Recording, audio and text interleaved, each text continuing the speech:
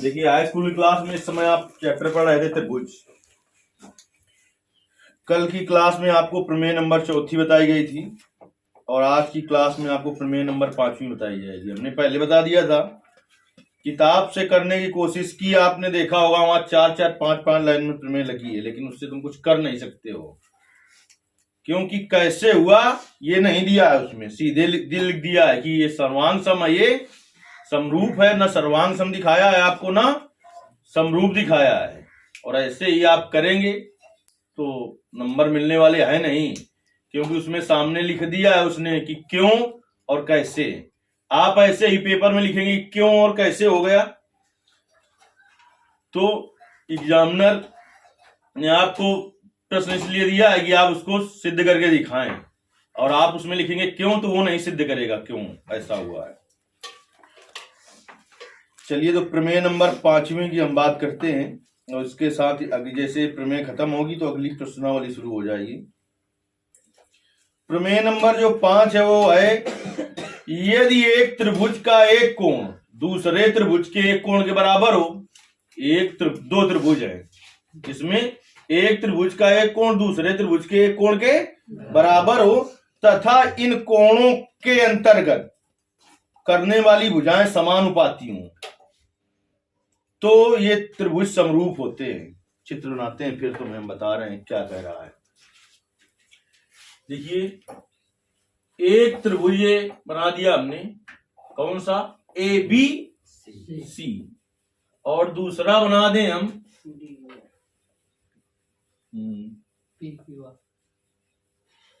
P Q R बना देते हैं। कौन सा बना देते हैं, पी क्यू आर त्रिभुज। देखिए चित्र तीनों ही प्रमेय में सेम बनना है। किसमें किसमें, 6.3 में, 6.4 में और पी क्यू आर।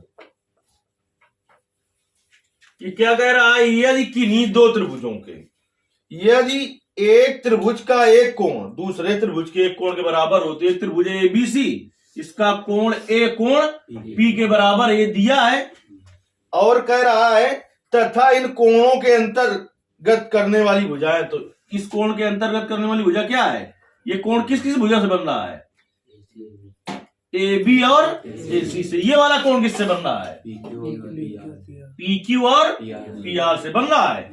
तो कह रहा है कि इन कोणों को अंतर्गत करने वाली भुजाएं समानुपाती हों, यानी दिया है कोण ए बराबर कोण पी और ए बी बटे पी क्यू बराबर ए सी बटे पी आर, ये भी दिया है। कह रहा है इन कोणों को जो अंतर्गत, यानी ये जो कोण जिन भुजाओं से बन रहे हैं वो भुजाएं कैसी हैं, समानुपाती हैं। अगर ऐसा है तो कह रहा है सिद्ध कीजिए दोनों त्रिभुज समरूप होते हैं, दोनों त्रिभुज समरूप होते हैं। दिया है, क्या दिया है, दो त्रिभुज दिया है, दो त्रिभुज ए बी सी तथा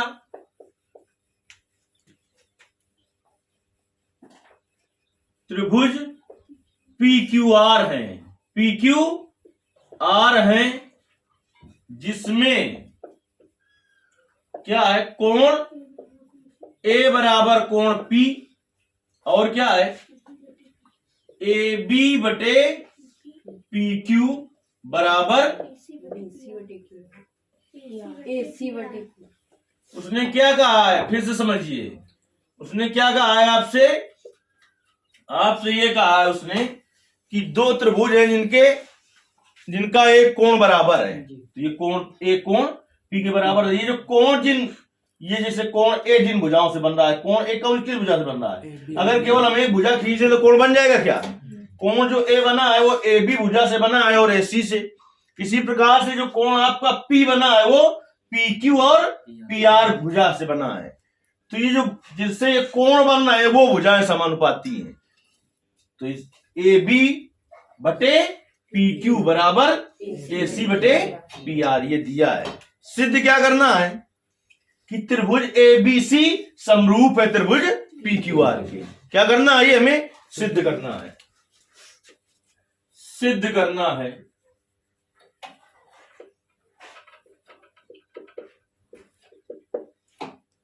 त्रिभुज ABC समरूप त्रिभुज PQR।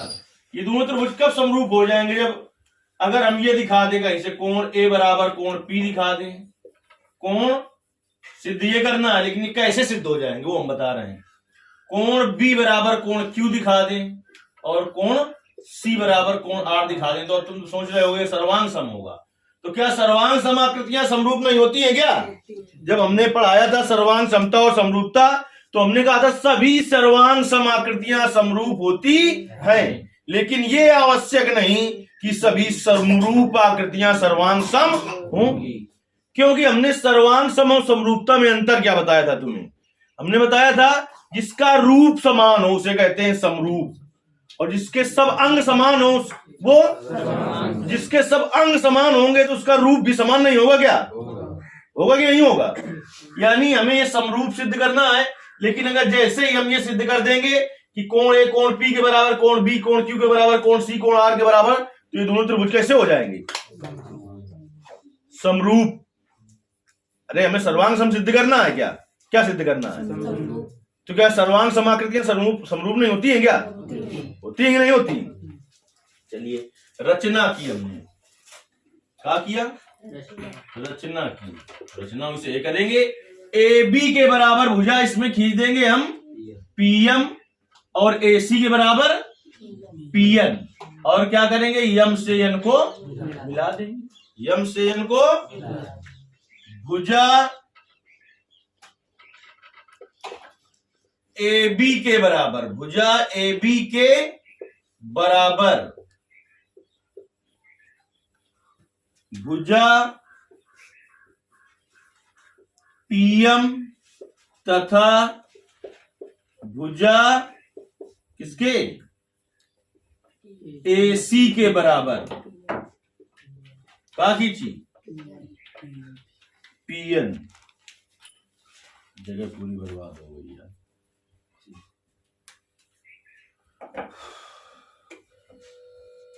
PN खींची तथा यम से n को मिलाया।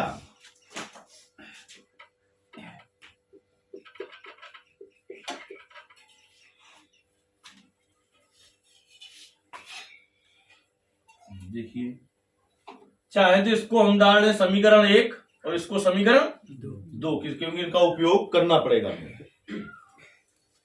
तो AB किसके बराबर है? PM के। तो यहां से क्या निकल आया? AB बराबर PM, इसको समीकरण डाल दे 3, और क्या है? AC बराबर PN, इसको डाल दे समीकरण 4। इतने में कोई दिक्कत का नहीं ना? ऐसे जगह बना लेते हैं। आपको नीचे की तरफ करना है सब कुछ। अब हम आ गए किसमें? उपपत्ति में। किसमें आ गए? उपपत्ति में। तो देखिए समीकरण 2 से, समीकरण 2 पहले यहां से उठाते हैं। समीकरण 2 से क्या है? समीकरण 2 AB बटे PQ बराबर AC बटे PR। इतने में कोई दिक्कत क्या? ये तो हमने जो दिया था उसी से ले लिया है। अब देखिए AB की जगह हम क्या लिख सकते हैं? PM, और AC की जगह क्या लिख सकते हैं? PN। समीकरण 3 और 4 से मान रख रहे हैं। यहां पर हम कहां से मान रख रहे हैं? समीकरण 3 और समीकरण 4 से AB और AC के मान रखने पर, AB और AC के मान रखने पर, अब AB और AC के मान रख देंगे भाई, देख लो क्या हो जाएगा। AB की जगह क्या हो जाएगा? PM बटे PQ बराबर AC की जगह PN बटे PR। अब दोनों पक्षों का कर दें व्युत्क्रम। क्या कर दें?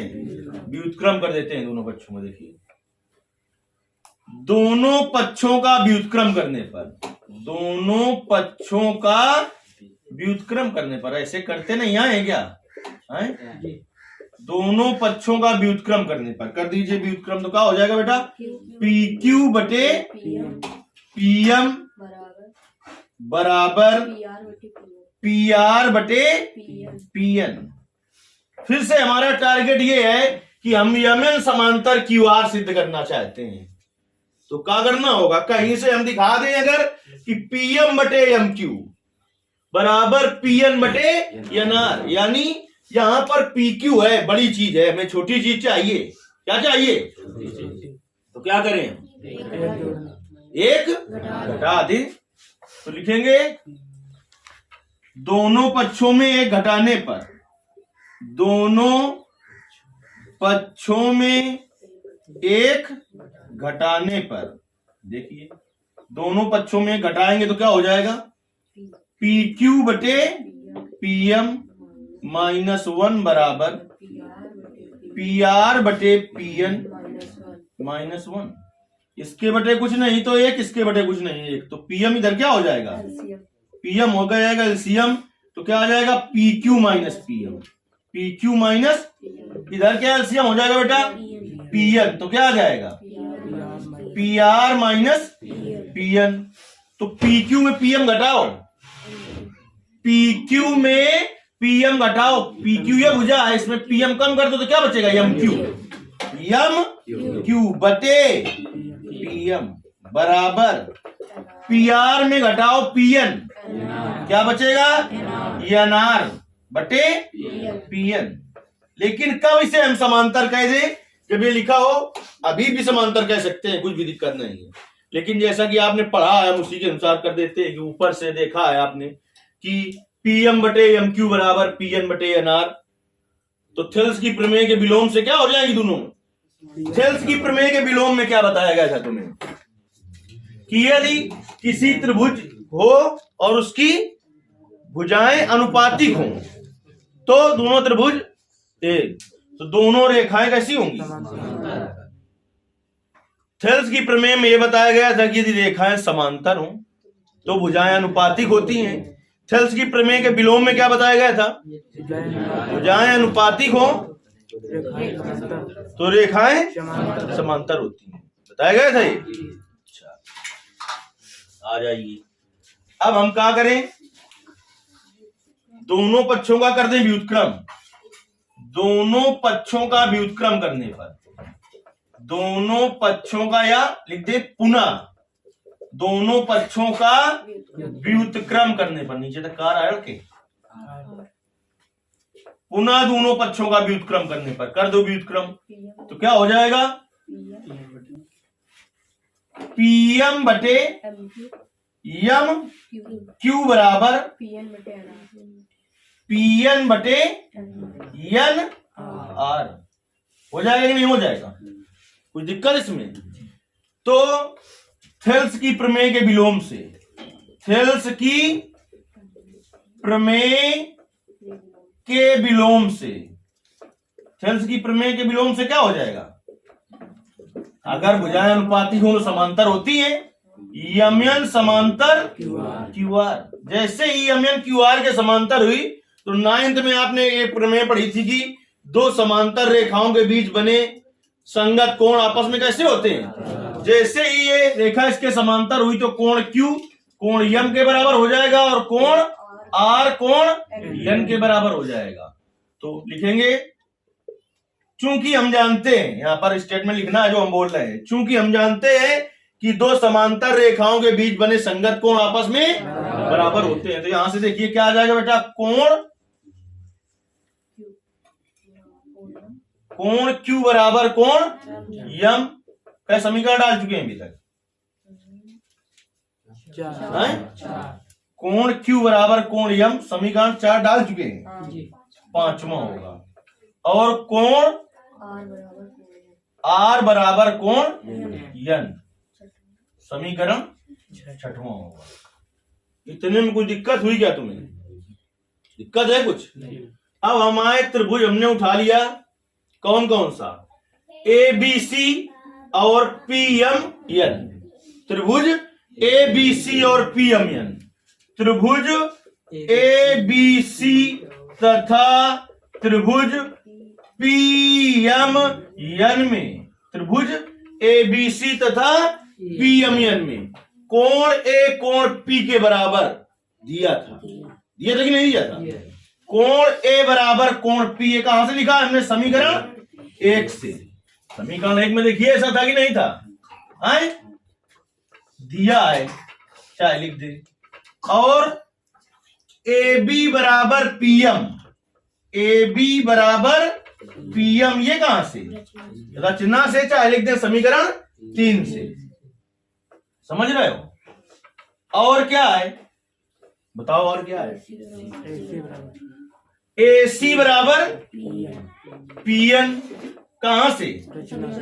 समीकरण 4 से लिख दो, चाहे लिख दो रचना से, कुछ भी दिक्कत नहीं है। अब देखिए इन दोनों त्रिभुजों में ए बी सी और पी एम एन में कई चीजें बराबर हो गई? 3 चीजें बराबर हो गई। तो दोनों त्रिभुज कैसे हो जाएंगे? सर्वांग सम। कैसे हो जाएंगे? त्रिभुज ए बी सी सर्वांग सम, तुमने क्या घुटा रहे हो? त्रिभुज पी एम एन की सर्वांग समता से लिख दे। यहां सर्वांग समता कौन सी लगाई है इसमें?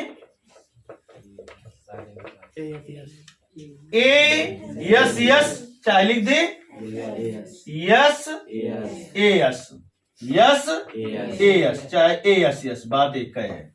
जैसे ये सर्वांग सम हुए तो त्रिभुज ए बी सी और पी एम एन जो होंगे, इनकी सभी चीजें बराबर होंगी कि नहीं होंगी? होंगी ना।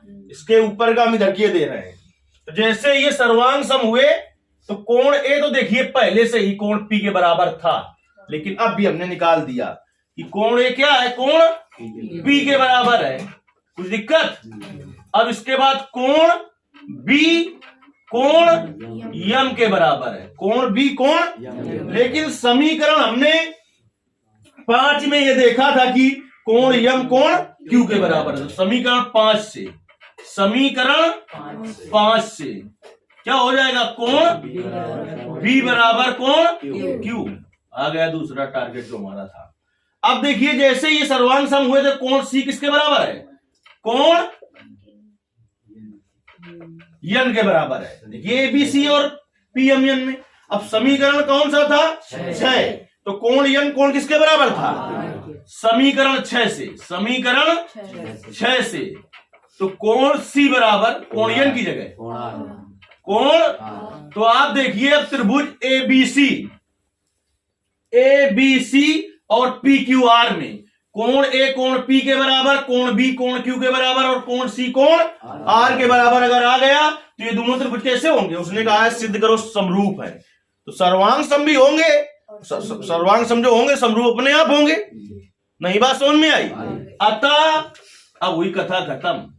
अतः त्रिभुज ए बी सी समरूप त्रिभुज पी क्यू आर।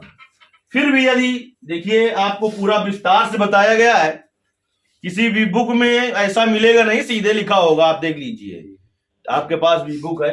फिर भी अगर यदि न समझ में आए, देखिए 5 प्रमेय बताई गई हैं और 5 ही तुम्हें आई होंगी अच्छे से। लेकिन इंपॉर्टेंट सब कुछ है, लेकिन मोस्ट इंपॉर्टेंट पहली और तीसरी प्रमेय है। ठीक, कथन सबका आपको पता होना चाहिए। इस आज की प्रमेय में क्या बताया गया है तुम्हें, इसका स्टेटमेंट क्या है, इसका अर्थ हम समझे कि यदि 2 त्रिभुज हो, उनमें से एक कोण बराबर हो और इस जिससे एक कोण बन रहा वो वाली भुजाएं अनुपातिक हो, तो दोनों त्रिभुज समरूप होते हैं।